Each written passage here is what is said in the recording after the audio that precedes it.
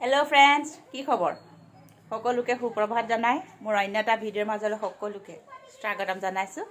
মই যে আপোনালোকৰ লগত মোৰ তাঁত লগোৱা ভিডিঅ'টো শ্বেয়াৰ কৰিছিলোঁ, সেই তাঁতখন বৰ্তমান শালত অৰা হ'ল আৰু কেনেদৰে অৰা হ'ল, এতিয়া কেনেকুৱা পৰ্যায়ত আছে, ব'লক এবাৰ সকলোৱে চাওঁ।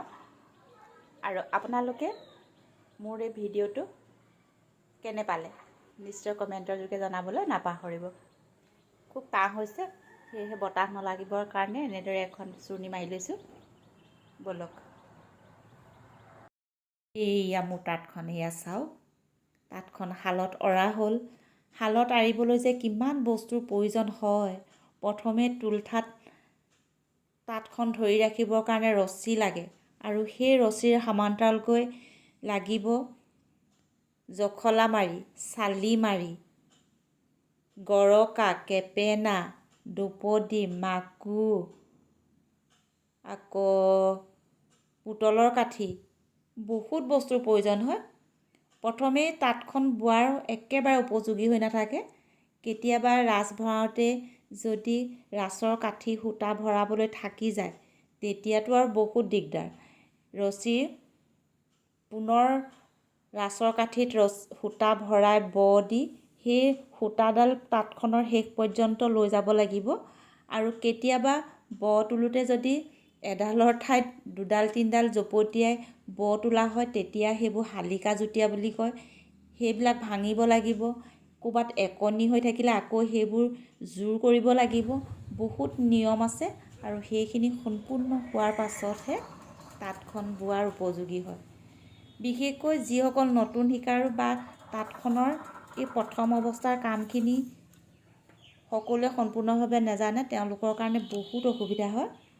মোৰ কাৰণেও বহুত অসুবিধা, ময়ো বিশেষ একো নাজানো, কিন্তু মায়ে মোক সকলোখিনি সহযোগিতা কৰি সহায় কৰি দিয়ে কাৰণে মই তেওঁৰ সাহসত তাঁতখন লগাবলৈ চেষ্টা কৰোঁ। মোৰ বোৱা কাপোৰৰ প্ৰতি বহুত এটা টান আছে, সেয়েহে মই তাঁতখন লগাবলৈ চেষ্টা কৰোঁ।